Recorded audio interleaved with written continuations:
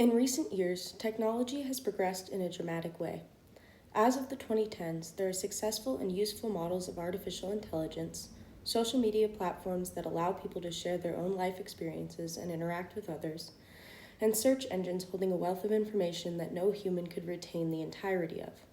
All of these developments have had an influence on the field of cognitive neuroscience and the realm of philosophy of mind. It brings up questions such as whether or not AI counts as having consciousness, how biology and technology will merge in the near future, and what effect the usage of technology will have on attentiveness and individuality. Certain aspects of technology can lessen someone's sense of individuality and self. My thesis is that technology is leading humanity to functionally behave as one collective mind. Starting with some background information and definitions, here, a mind is a system that processes inputs and produces a thought, conclusion, or output based on that intake. This theory operates within a functionalist framework, and also to define algorithm, it is a set of instructions intended to produce a certain output. In the phenomenological approach, time is taken into consideration in congruence with how we position ourselves within the world and how we bind experiences together to create one cohesive moment. While temporal discontinuity can occur and still be reconciled, temporal continuity is generally essential for making sense of the experiences we are having in a logical and productive fashion. This influences our sense of identity and self because it orients and legitimizes our first personal experiences, perceptions, and actions. Now, consider how technology offers a warped perception of time in a couple of different ways. Firstly, platforms like social media or search engines are ever-presently existing. Information is stored in servers and on the internet and therefore accessible all the time, every day.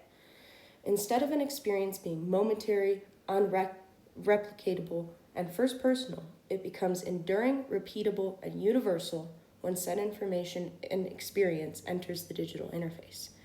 This idea can be compared to Walter Benjamin's worry about the mass reproduction of art he proposed in the 1930s.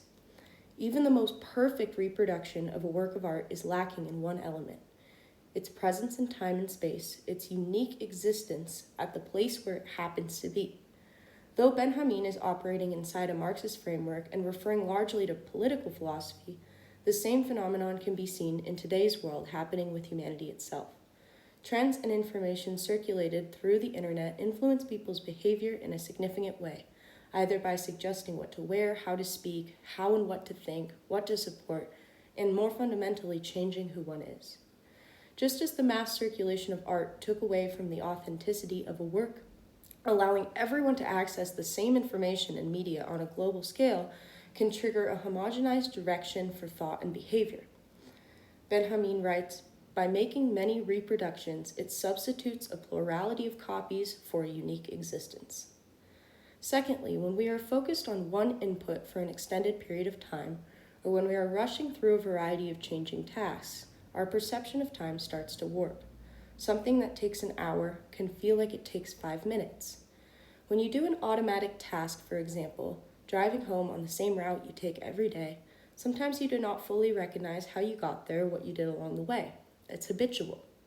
That zoned out feeling reduces a sense of phenomenal consciousness, which reduces your sense of self in the way that you revert back to at least state consciousness, if not even creature consciousness.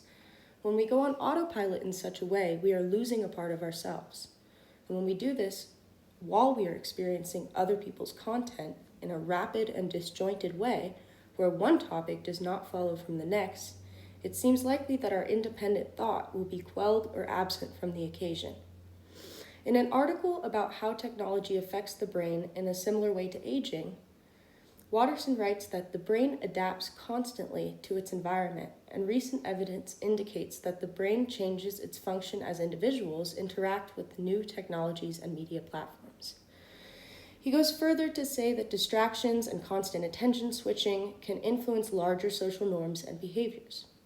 If everyone experiences the same content in the same passive state, it's likely that they will experience the same output, whether that be in their thoughts or behavior. The merging of technology and biology is becoming more prevalent in today's society. Ray Kurzweil explores the workings and implications of this happening in his book, The Singularity is Near.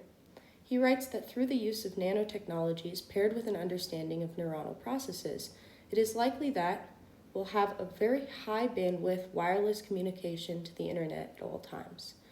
While he does not go as far to say that these developments will lead to the lack of individuality, he does admit that in virtual reality we won't be restricted to a single personality, since we will be able to change our appearance and effectively become other people. This ability to take on another's physical characteristics acts in concert with the fact that these shared environments can include emotional overlays.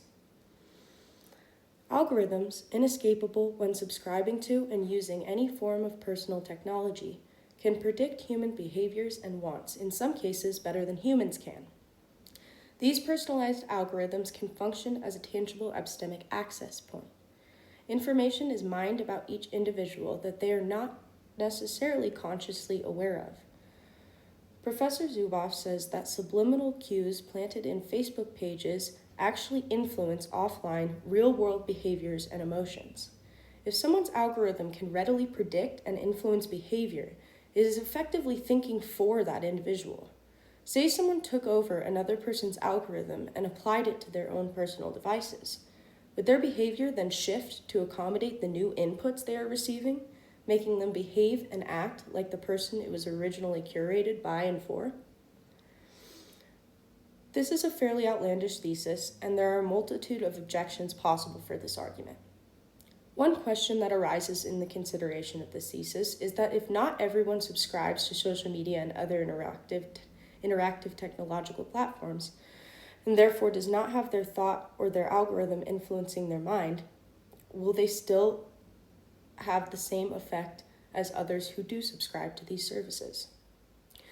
Pulling from the concept of behaviorism, as we observe others' behaviors around us and are unconsciously coerced into reacting to, learning from, and copying from them, so the reaches of the effect of technology can influence minds even if they do not directly interact with the available platforms. Off of that worry, specifically, what about non-developed countries or isolated communities around the world? Some preserved native tribes or communities like the Amish are what comes to mind here. There's no exact timeline for this shift from individualism to collectivism. It's probable that as the world develops even further into the technological sphere, these groups will eventually have to utilize technology somehow or risk becoming entirely obsolete. Perhaps the most troubling objection that comes up in the consideration of this thesis is the automatic acceptance of a dualistic, or at the very least, a functionalist viewpoint of the mind, both of which lead to the interaction problem in some way. Considering the outset definition of the mind here, in conjunction with Dennett's brain in a vat thought experiment, that is one that is difficult to address except to say that though everyone's minds will function in the same fashion, their bodily autonomous actions may still differ. This does not feel like an entirely satisfactory solution to this objection, because the content perceived as an individual offline is not accessible to others. However, even monotonous everyday tasks can be and are discussed, recorded, and circulated online. So if a previously observed online experience is similar enough to one that is walked through outside the digital world, everyone who has experienced that initial content may call back to how to act or think in that same situation. As the world becomes even more connected through the internet and technology, access to the same inputs that everybody will inevitably have will eventually lead to the same outputs, meaning the absence of authenticity of thoughts and individuality of mind. The lack of a clear position in space and time due to the reproducibility and therefore ever-present existence of the content and the warping effect experienced when interacting with technology causes a part of the innate sense of self to be lost. Content can put someone else's thoughts and experiences into your own head without allowing you to form your own original opinion about it due to information overload and the rapidity the online form of content is often presented in. Algorithms able to predict and interpret human behavior function as a way to quantify and pacify thoughts into a digestible and universal format. The willingness to merge human characteristics with technological advancements also contributes to this collectivity of mind. Thank you guys very much for listening.